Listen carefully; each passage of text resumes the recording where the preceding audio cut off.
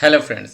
Finally आप बोल सकते हैं नीट पीजी 2024 का एग्ज़ाम्स कंडक्ट हो गया। ये एनालिसिस मॉर्निंग शिफ्ट का एनालिसिस है, यानी टुडे 11 अगस्त इवनिंग का सेशन, इवनिंग का शिफ्ट है जो ऑन गोइंग है, जो कि 7:30 को कंप्लीट 7 PM को कंप्लीट होने वाला है। तो ओवरऑल जो अभी हम एनालिसिस की बात करेंगे वो मॉर्निंग शिफ्ट की एनालिसिस की बात होगी, जो कि नीट पीजी 2024 का एग्ज़ाम है। तो चलिए शुरू करते हैं। ओवरऑल जो पेपर है 5 सेक्शंस में डिवाइडेड था। Section A B C D and E, और सारे सेक्शंस में 40 MCQ था, यानी कि टोटल 200 MCQ के एग्ज़ाम्स कंडक्ट हुए। और ईच सेक्शंस के लिए आपके पास जो अलॉटेड टाइम दिया गया था वो था 42 मिनट, यानी कि 1 MCQ के लिए आपके पास अलॉटेड टाइम था 1 मिनट एंड 2 मिनट फॉर, आप बोल सकते हैं, रिवीजन। इंटरेस्टिंग चीज़ था कि एक सेक्शन से दूसरे सेक्शन में आप शिफ्ट नहीं कर सकते हैं, यानी सेक्शन ए शुरू होगा, उसके बाद सेक्शन बी शुरू होगा, बट सेक्शन ए कंप्लीट जब तक अगर नहीं हो, यानी कि 42 मिनट आपके कंप्लीट ना हो, आप सेक्शन बी में नहीं जा सकते। एंड रिवर्स अप्लीकेबल ऑल्सो, यानी सेक्शन बी में आप एक बार चले गए तो सेक्शन ए में बैक नहीं आ सकते। तो ये बहुत मेजर चेंजेस जिसको बोल सकते हैं कि जो कि पेपर में देखा गया। बट ओवरऑल टाइम की जो बात करें तो जो क्वेश्चंस के लेवल थे और जो क्वेश्चन का फ्रेमिंग था, टाइम स्कार्सिटी बहुत बड़ा मेजर प्ले रोल नहीं करेगा, क्योंकि टाइम सफिशिएंट था, you can answer the question. But the difficulty level, overall जो डिफ़िकल्टी लेवल की बात करें जो क्वेश्चंस का, वो ओवरऑल डिफ़िकल्टी के साइड ही था पेपर, यानी पेपर टफर था अगर आप कंपेयर करते हैं प्रीवियस ईयर के। फैक्ट क्या है इसमें, एक और जो मेजर चेंज देखने में कि कोई वन लाइनर क्वेश्चंस बोल के नहीं थे। वन लाइनर जो क्वेश्चंस हैं नहीं थे, मेनली एप्लीकेशन बेस्ड क्वेश्चन थे। जो क्वेश्चंस का पैटर्न फ्रेमिंग किया गया था, क्लिनिकल सिनेरियो दिया गया था, और सिनेरियो के साथ इमेज भी दिए हुए थे। इमेज दिया था, कहीं पे हिस्टोलॉजिकल इमेज भी दिया हुआ था, क्लिनिकल सिनेरियो था, कहीं पे डायग्नोसिस पूछा जा रहा था, कहीं पे मैनेजमेंट पूछा जा रहा था, और कहीं पे स्पेसिफिक ट्रीटमेंट पूछा जाता है, कहीं पे सेकेंड लाइन ऑफ ट्रीटमेंट पूछा गया।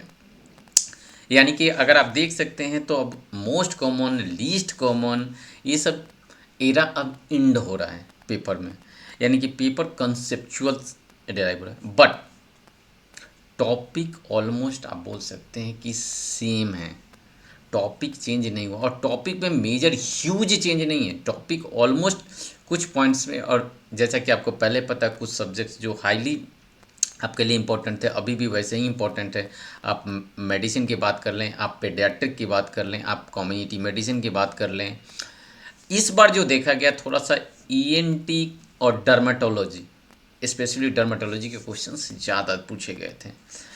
यानी कि ओवरऑल अगर हम बात करें, जैसे कि अगर एक एक सब्जेक्ट की बात करें, जैसे कि ऑर्थोपेडिक्स की बात करें, तो आपको पता है कि जो स्प्लिंट पूछा जाता है, मेटाटार्सल फ्रैक्चर्स में स्प्लिंट पूछा गया था, बट इस बार ड्यूरेशन पूछ दिया, कितने दिन तक स्प्लिंट को रखेंगे अगर base of 5th metatarsal fracture हुआ है तो। वैसे ही ट्यूमर, बोन ट्यूमर से एक क्वेश्चन आते हैं जनरली देखा जाता है, तो इस बार भी 1 क्वेश्चन आपको बोन ट्यूमर से थे, जो इमेज दिया हुआ था और सनब्रश टाइप का अपेयरेंस दिखाया गया था, तो आप इविंग सर को कंसीडर कर सकते हैं। वैसे ही क्लासिफिकेशन देखें तो एक क्लासिफिकेशन से भी क्वेश्चंस आता है, बट इस बार जो क्लासिफिकेशन से इमेज पूछे, डायरेक्टली पूछा नहीं कि साल्ट एंड हेरिस क्लासिफिकेशन कहाँ पे यूज होता है, इस बार इमेज दे दिया फ्रैक्चर्स, एल्बो फ्रैक्चर्स का इमेज दे के, और वहाँ पे आपको देखना था कि वो अटैच है ना डिटैच है ना इपीफाइसल, क्या किस टाइप का फ्रैक्चर था, कि कौन से क्लासिफिकेशंस में बिलोंग करता है। वैसे ही इस बार phantom limb directly question orthopaedics में नहीं पूछ के उन्होंने क्या पूछा, फैंटम लिम्ब के बिहाइंड में जो थ्योरी जो है, क्या उसमें क्या चेंजेज आता है, और उसका रिप्रेजेंटेशन ब्रेन में कहाँ पे, कौन से एरिया में राइट साइड का एम्पुटेशन हुआ है, तो लेफ्ट साइड में कहाँ पे, कौन से एरिया में, इस यानी दैट मीन्स कॉन्सेप्चुअल्स आपके पीछे पता है कि फंटनली में प्रोजेक्शंस थ्योरी अगर आपको पता है then can you answer. Anaesthesia की बात करते हैं, एनेस्थेसिया में भी देखा गया कि सिंपली लोकल एनेस्थेटिक एक जेल दे के पूछ दिया कि एक्चुअल क्या है, इमेज बेस्ड क्वेश्चंस पूछे जा रहे हैं, बट थोड़ा सा एप्लीकेशन बेस्ड कर दिया जाए। वैसे ही रिवर्सल ऑफ वैनकुरेनियम के रिगार्डिंग में। बट अगर एफएमटी की बात करें तो इंटरेस्टिंग क्वेश्चंस इस बार देखने को मिला, जैसा कि आप बोल सकते हैं जैसे सेक्सुअल असॉल्ट हुआ है और प्रेगनेंसी 22 वीक का हो चुका है, तो ये जो टर्मिनेशन एमटीपी होगा वो किसके कंसल्टेशन से होगा? डॉक्टर के डॉक्टर कंसल्टेशन इनफ है, या आप उस प्रेगनेंसी को अबॉर्ट कर देंगे क्योंकि सेक्सुअल असॉल्ट का केस है? तो ये इस टाइप के कॉन्सेप्चुअल क्वेश्चन है। बट इस बार जो डायरेक्टली रेप से क्वेश्चन ना पूछ के इस बार जो क्वेश्चन डायरेक्टली क्रिस्टल्स का इमेज दे दिया है, सीमेन के क्रिस्टल का इमेज, और उसके लिए कौन सा टेस्ट यूज होता है, that means application based question आने शुरू हो गए। वैसे ही राइगर मोटिस हर बार पता है कौन सा ऑर्गन में मोस्ट कॉमन, कौन सा लीस्ट कॉमन, बट इस बार डायरेक्शन पूछ दिया, head to to head, centre से पेरीफेरी, मतलब किस डायरेक्शन में फॉलो करता है इस बार क्वेश्चन। वैसे ही अगर देखा जाए तो धतूरा के केस में अगर पॉइजनिंग से क्वेश्चंस जो देखने को मिला वो धतूरा पॉइजनिंग का डायरेक्ट क्वेश्चन न देके उन्होंने ड्राई माउथ, इस तरह डायलेटेड पीपल, इस तरह के क्लिनिकल सीनेरियो बेस्ड क्वेश्चंस को दिए। वैसे ही आयरन पॉइजनिंग में कौन सा कंट्राइंडिकेटेड होता है वो भी एक क्लिनिकल ओरिएंटेड क्वेश्चंस देखने को मिला। अगर माइक्रोबायोलॉजी की बात करें तो जैसे कि ग्राम नेगेटिव डिप्लोकोकाई मेनिंजाइटिस कौन से करता है, ब्रांचिंग फंगस इस्ट के बारे में पूछा, पल्मोनरी इन्फेक्शंस कौन से फंगस से कॉज करता है, कांगना फिमा विब्रियो या विब्रियो पैराहिमोलिटिकस रिगार्डिंग क्वेश्चन था। बट एनाटोमी की बात करें तो इस पर जो प्योरली जो एनाटोमी था, जैसे कि आपको पहले पता है पहले क्या होता था, स्कल फोरामेन के क्वेश्चंस आते थे, और ये फोरामेन इस बार क्या किया, स्कल बेस का पिक्चर देके और उससे नर्व पहले आइडेंटिफाई करेंगे। जब आप नर्व आइडेंटिफाई करेंगे तो उसके सेंसर, उसका सप्लाई कहाँ पे होता है, किस पार्ट में वो सप्लाई डैमेज होगा वो आइडेंटिफाई करना था, स्पेशली फेस के कौन से एरिया को इन्वॉल्व कर देगा। वैसे ही ईयर की बात करते हैं, इस पर पिन्ना का इमेज देके पीछे में भी एक लाइन देके, सामने में और मिडिल में लाइन कि यहाँ पे ये वाले पार्ट को कौन सप्लाई करता है, मिडिल का कौन सा, इनर को कौन सा सप्लाई करता है, पिन्ना का एक्सटर्नल ऑडिटरी कैनाल जिसको बोलते हैं, इसके सप्लाई को ले। यानी कि आप अगर देख सकते हैं कि एनाटोमी के भी क्वेश्चंस आ रहे हैं, वो एप्लीकेशन बेस्ड क्वेश्चन, ऐसा नहीं कि most common least common not पूछा जा रहा है और इंजरी पूछा जा रहा है, नॉट लाइक दैट। वैसे ही बायोकेमिस्ट्री में देखें तो लीस नियान सिंड्रोम की बात करें, वही आपको लाइपोसोमल डिसऑर्डर पूछा जा चुका है। विटामिन की बात करें तो एज यूजुअल वैसे ही वेजिटेबल एक प्लेट का बना के कौन सा थायमीन का सोर्स हो सकता है, यानी अब सोर्स से भी क्वेश्चंस पूछे जा रहे हैं बट इमेज बेस्ड, ताकि आप एटलीस्ट आइडेंटिफाई कर सकते हैं कि क्या रखा हुआ, दाल रखा हुआ या भात रखा हुआ, मतलब राइस रखा हुआ या दाल रखा हुआ, क्या रखा हुआ या वेजिटेबल्स रखा है, जिससे सोर्स आप पता कर सकें। वैसे ही clinical neuritis based question vitamin से देखने को मिले। ऑप्थेल्मोलॉजी की बात करें तो ऑप्थेलॉजी में आप देखेंगे कि ऑप्टिक डिस्क के वैसे ही जैसे क्वेश्चन हर बार आता है, वैसे ही retinitis pigmentosa related optic disc का इमेज दिया गया। वैसे ही ऑप्टिक ट्रैक के लीजन्स में कौन से लीजन में किस टाइप की चीज़ें बनती हैं वो देखा गया, और वैसे ही ग्लोकोमा से एक पेरीमेट्री का इमेज दिया हुआ था, ग्लोकोमा के कौन सा वो है पेरीमेट्री जो ग्लोकोमा को आपको पढ़ना पड़ता है, फील्ड इफेक्ट, एग्जैक्टली वही क्वेश्चन देखा था। बट एक्स्ट्रा देखने की बात करें तो डॉट ब्लॉट टेस्ट जो किया जाता है, वो dot blot test red and green यानी एक्सपेक्टिकल देके क्वेश्चंस को पूछा गया। सर्जरी की बात करें तो सर्जरी में जो भी क्वेश्चन इस बार जो ज़्यादा ओरिएंटेड था वो बेसिकली ओरिएंटेड था अबाउट कार्सिनोमा, ब्रेस्ट कार्सिनोमा, मतलब कम्प्लीटली ग्रोथ हो चुका था, लेटर स्टेज में चला गया, उसका ट्रीटमेंट पूछा गया। वैसे ही पेनाइल कार्सिनोमा का पूछा गया था ट्रीटमेंट, बट ट्रीटमेंट में उसमें भी एक की पॉइंट क्या था कि उसमें आप कौन सा आइदर लिम्फ नोड को आपको हटाना है नहीं, चूँकि non palpable inguinal lymph node था, तो आप उसमें लिम्फ नोड का डिसेक्शन करेंगे या नहीं करेंगे, साथ साथ उसके साथ करें। अम्बिलिकल के राउंड में काफ़ी सारे क्वेश्चंस इस बार मिले हैं, और देखेंगे अगर आपको एनल फिशुला फिशर्स के भी क्वेश्चंस दिए गए। घाड़वी क्लासिफिकेशंस भी आया है जो कि देखा गया है, सीबीडी ऑब्स्ट्रक्शंस में कौन से एंजाइम का इंक्रीज हो जाता है, यानी कि ये सब रिलेटेड काफ़ी सारे क्वेश्चन आपसे पूछे गए सर्जरी में। ओवरऑल बात करें अगर कम्युनिटी मेडिसिन की बात करें तो इसमें भी काफ़ी क्वेश्चन है, जैसे कि बायोस्टैटिक्स से क्वेश्चंस तो हर बार नहीं आता है, बट इस बार सिंपल ही क्वेश्चन था, बहुत ज़्यादा कॉम्प्लिकेटेड उस क्वेश्चंस को नहीं बोलेंगे। जस्ट लाइक कि मीडियन कैलकुलेट करना था, कुछ फिगर दिए थे 2, 4, 6, 8 इस टाइप के नंबर्स दिए गए थे, मीडियन को कैलकुलेट करना था। सैम्पलिंग की बात करें तो डिफरेंट टाइप का ग्रुप दिया था, प्लांट, एनिमल, ये सब दे दिए थे, इसमें से एक एक स्टेटा को निकाल के किया गया था किस टाइप का सैंपल है, सिंपल रैंडम सैम्पलिंग है या स्ट्रेटिफाइड रैंडम सैम्पलिंग है या क्लस्टर सैम्पलिंग है, इस टाइप के एग्जाम्पल्स दिए गए थे। उसके बाद अगर हम बात करें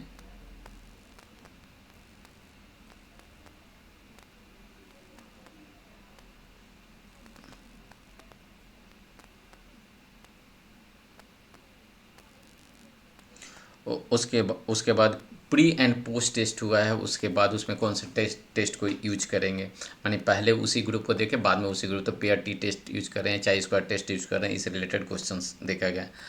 डिजेस्टर होता है तो जब उसमें होता है तो जो साइकिल है ना उसमें रिकवरी फेज में कौन कौन से स्टेप होता है उसको उन्होंने क्वेश्चंस को पूछा। आइस सबमर्ज आइस पार्ट दिया होता है, आइसबर्ग फिनोमिना जो कम्युनिटी मेडिसिन में काफ़ी फेमस है, वो क्वेश्चंस पूछा गया, बट नीचे वाले पार्ट को देखा गया कौन से जो आपके जो डिजीज़ हैं जो कि ज़्यादा इसमें आपको देखने को मिलता है, जिसमें काफ़ी सारे एग्जाम्पल थे, टेटनस था, आपको इन्फ्लुएंजा था, इस टाइप के एग्जाम्पल थे। एसटीडी रिलेटेड क्वेश्चन था। जो ईजीएस्ट क्वेश्चन की बात करें तो सबसे ईजीएस्ट क्वेश्चन में जननी शिशु सुरक्षा कार्यक्रम JSSK का फुल फॉर्म पूछा गया था। काटा थर्मामीटर का यूज क्या है, क्या मेजर करता है, पूछा गया है। वैसे ही आपका ग्रोथ कर्व फर्स्ट टाइम देखा गया कि जो कि ये सुपर स्पेशलिटी से पीडियाट्रिक से क्वेश्चन उठाया गया था। ग्रोथ कर्व अबाउट जो ग्रोथ कर्व देखा गया था वो ग्रोथ कर्व किसका था, लिम्फॉइड टिश्यू का कौन सा है, गोनेट का कौन सा है, सोमेटिक ग्रोथ का कर्व कौन सा है, ये एक आपको दिया होता है ABCD करके, ठीक है। वैसे ही इस बार अगर बात करें तो कंपोजिशन, जैसे डिफरेंट टाइप ऑफ फ्लूइड के कंपोजिशन पूछा था, इस बार भी कंपोजिशन पूछा गया, जिसमें दिया था लैक्टेट का वैल्यू दिया था, सोडियम का वैल्यू, क्लोराइड का वैल्यू दिया था, कैल्शियम का वैल्यू दिया होता, सारे वैल्यू दिया था। पूछा गया था फ्लूइड के आइसोपी है या रिंगर लैक्टेट है, क्या है।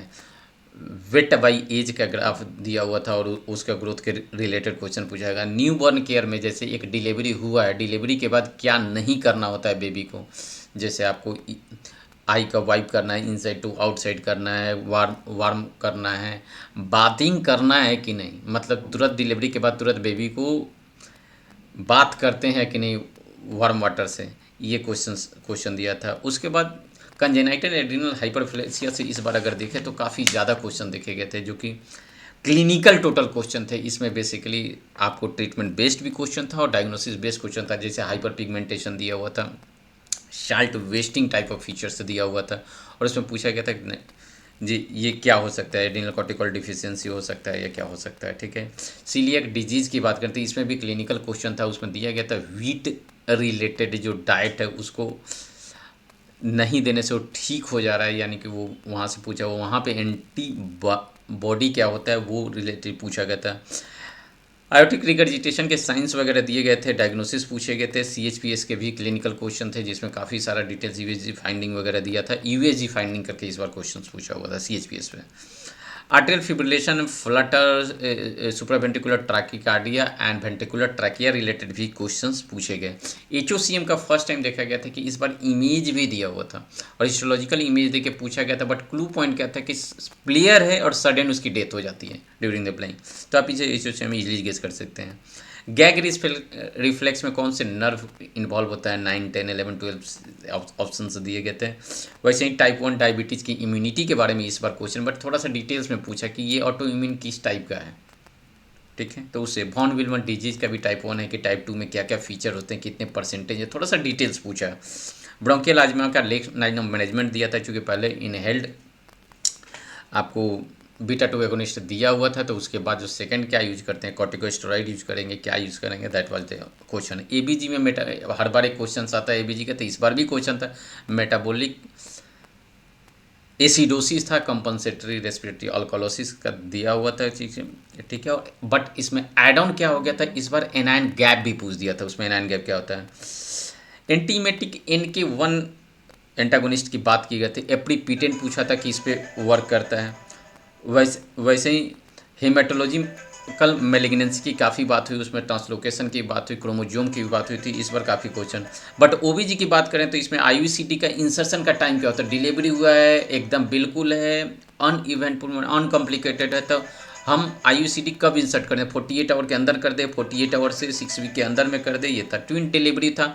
बट इंटरेस्टिंग क्वेश्चन देखा, 2 पिक्चर्स दिया होते, एक पिक्चर्स में आपको जो डिलीवरी था वो था तुम्हारा, ये था आपका ब्रिज प्रेजेंटेशन था, दूसरे में क्या था, सिफेलिक प्रेजेंटेशन था। बट इसमें डिलीवरी का अगर कोई भी कॉम्प्लिकेशन नहीं है तो फर्स्ट क्या ट्राई करते, नॉर्मल इसमें करते सुप्रा, इसमें आपका drug of choice multiple myeloma causing, ये एक नया क्वेश्चन देखने को मिला कि ड्रग ऑफ चॉइस जो कि मल्टीपल माइलोमा में करते हैं कॉजिंग रीएक्टिवेशन ऑफ हर्ट जोस्टर इन्फेक्शन को रीएक्टिवेट कौन से कर देता है। क्लिप पैलेट का टाइम ऑफ सर्जरी पूछा गया था, जो कि पहले भी पूछा जा चुका है, काफ़ी बार पूछा जाता है। वैसे ही अगर हम बात करें तो एंटीकोगुलेंट 36 वीक के पहले क्या देते हैं, 28 वीक पे कौन सा वारफेरिन करेंगे, लो मोलिकुलर वेट हेपारिन करेंगे। इस बार स्पेशली क्वेश्चन इससे पूछेगा। टर्नर सिंड्रोम का इमेज देके, क्रोमोजोम का इमेज देके पूछ लिया। प्रोलैप्स का आइडेंटिफिकेशन भी पूछा। सर्वाइकल कार्सिनोमा जैसे हाइड्रोनेफ्रोसिस के साथ, ये एक पुराना प्रीवियस काफ़ी दिनों से क्वेश्चन चला, डायरेक्टली स्टेज पूछ दिया। मैग्नीशियम सल्फेट की टॉक्सिसिटी, जब आप मैग्नीशियम सल्फेट को पिटचैट रेजिमेंट में कब स्टॉप करते हैं, ये क्वेश्चन था। ट्विन डिलीवरी की बात करें, प्लासिंटा एक्रीटा का इस बार एक इमेज दिया था कंप्लीटली, तो ये आप कह सकते हैं। दूसरा एक इंटरेस्टिंग क्वेश्चन था कि प्रेग्नेंट लेडी को ब्रोंकियल आजमा है और पीपीएच हो गया, तो कौन से ड्रग, विच ड्रग को नहीं देना है, जिसमें ऑप्शन में ऑक्सीटोसिन था, माइफेप्रिस्टोन था, कार्बिप्रोस्ट वगैरह ऑप्शन में थे। तो ओवरऑल अगर हम बात करें तो ये सब क्वेश्चंस आपको देखने को मिला। एनएसएस या रेडियोलॉजी में भी काफ़ी सारे इमेज थे। तो ओवरऑल अगर पेपर्स की बात करें तो ओवरऑल टफर साइड था, क्लिनिकल ओरिएंटेड क्वेश्चन था, और जो टॉपिक आप जहाँ से भी इंस्टीट्यूशन से पढ़ते हैं, जो भी टीचर्स आपको पढ़ाते हैं, वही टॉपिक से क्वेश्चंस आ रहे हैं। बट आपको याद करने के साथ साथ आपको समझना भी होगा टॉपिक को, क्योंकि क्वेश्चन जो आ रहा है 1 स्टेप अहेड आ रहा है। ओके, सो वेट करते हैं सेकेंड सेशंस के पेपर के लिए। एंड ये जो मैं एनालिसिस किया, जो क्वेश्चन है, जो भी पेपर दे कर आए हैं, आप अपने फ्रेंड से बात कर सकते हैं कि paper was as it is. अगर सिमिलरिटी कहीं काइंड से होती है तो ये कोइंसिडेंस ही कह सकते हैं, क्योंकि एक्चुअल पेपर तो आपको आया नहीं। बट इंटरेस्टिंग फैक्ट है कि इस बार एनबीए में भी पॉसिबिलिटी दे क्वेश्चंस पेपर के साथ उसका बेस्ट प्रोबेबल आंसर अपने साइट पर अपलोड करेगा। So thank you so much for watching this. Thank you.